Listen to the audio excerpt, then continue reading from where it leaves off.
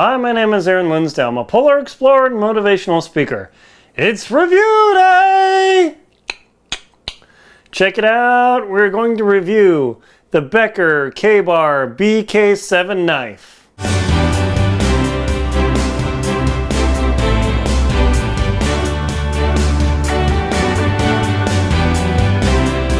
The Becker BK-7 KA-Bar knife. Is this thing not a beast or what? If you have ever been in the military, known somebody in the military, they might have been issued the classic KA-Bar leather strap knife. That thing has been used, I think, since World War II, give or take, and it's been marched forward, and it's been used by thousands and thousands, tens of thousands of Army, Marine, Air Force. That's a classic.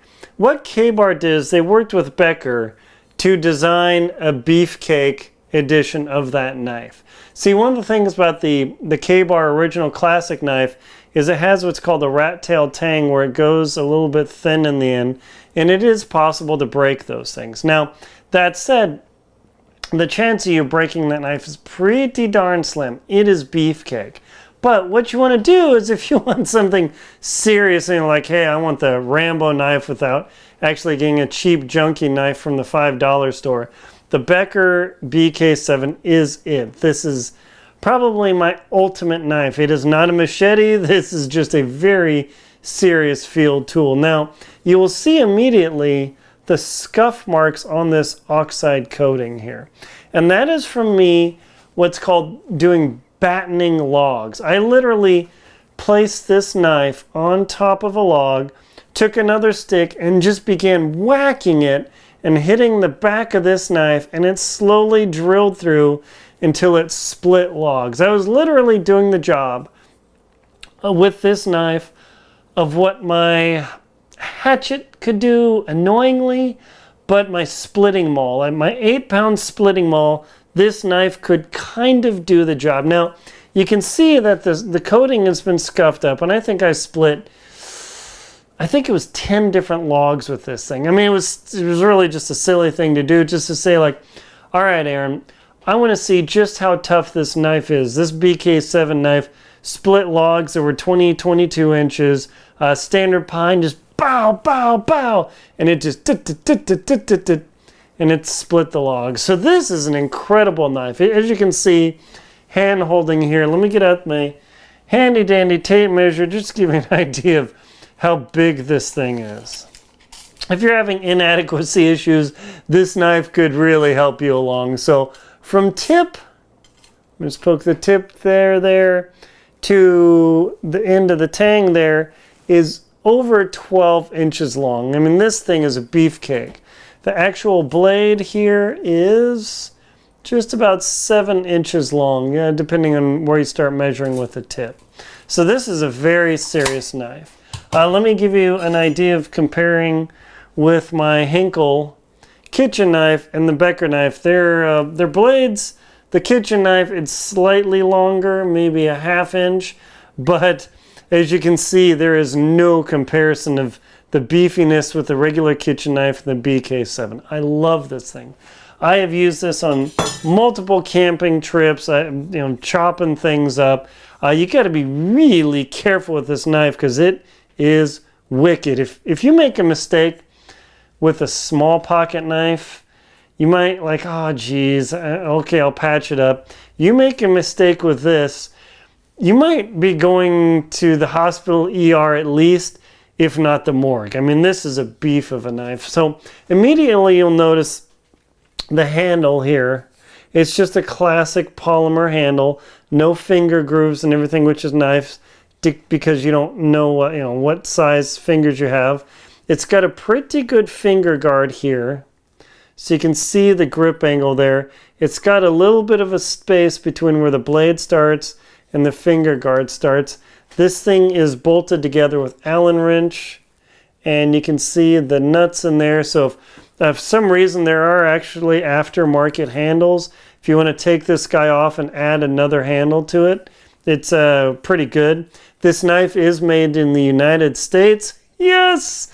Definite bonus, just like my zero tolerance, my Benchmade, all the high-end knives are made in the US, so this is definitely not made in China, which I own a lot of stuff's made in China. In fact, my my $1,000 iPhone is made in China. Go figure that. But this is made proudly in Olean, New York, so that is a cool consideration. This knife also has a full hole in here, so if you want to tie this or lash this to a pole for chopping, or in a survival situation, if you need to tie this to a stick, that little hole there will allow you to do that. So that is really nice. Let me show you how much this knife weighs. It's really pretty heavy. Let me get this out here. Get the scale going just to show you how much that knife weighs. It's heavy. Don't be fooled otherwise. All right, tilt this up. All right, this knife clocks in at a hefty 13 ounces. It is beefy. If you add the included sheath with this knife, that takes you up to 1 pound 2 ounces. This is not a little sissy knife, that's for sure. The sheath that this comes with, the B&K KA-Bar sheath, it's got a Kydex polymer liner, and it is nylon. It's got a double Velcro here, so you can hook it onto your MOLLE system, or you can wrap it on your belt there. I mean, you just put it through your belt, wrap it around, and then very carefully just drop your knife right in there, and then you snap that guy together, if I can do it, and there you go. Pretty handy. Now, one of the things about this entire kit of knife is that it comes with some cool other options.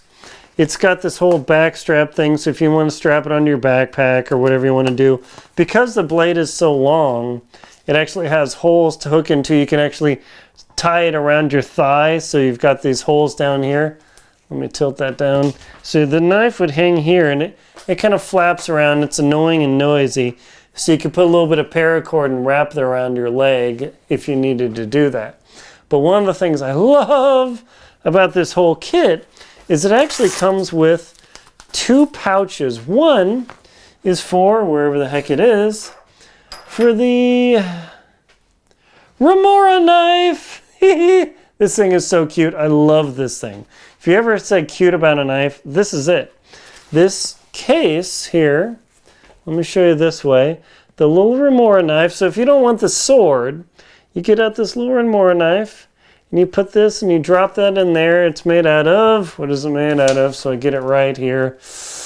K-Bar. Okay, the Remora is made out of 440A stainless.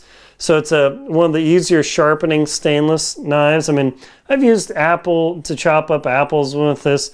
This Becker is a bit extreme for knife or for apple chopping, but this guy, I'll put a separate review in here. But the kit is actually designed for this. And I'll put a link below to this little guy here. You just slip it in there. Voila, how cool is that? But then there's more, of course. It's got a pouch so you can put all your survival junk. So I put my Smith's knife sharpener in there. I put my striker, so if I need to, and you can see I've practically worn this thing out. If you need to start a fire, you can do that. And then depending on what I'm doing, if I don't want that, I could switch over and use my Benchmade field sharpener. This does have an angle of 60 degrees instead of 40 degrees inclusive, but it also has a fishhook sharpener. So this is good for the Becker knife. I don't like this as much for my everyday carries because it puts a fatter edge on there. It's harder to slice things. But in any case, you can put this all in here. Let's see if I can do that all in one shot. It's a little bit challenging without setting it down, but I'll show you just how much can fit in there.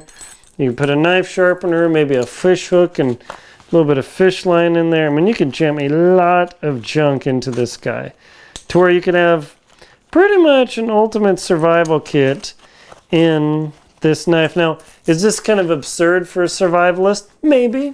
I mean, it just depends on who you watch. If you watch Cody Lundin, when he used to be on Dual Survivor, he just had like, what did he have? He had the he had this knife here. I mean, just like crazy nothing Sweden Mora knife. Nothing special, but that's what he used. He's a professional survivalist.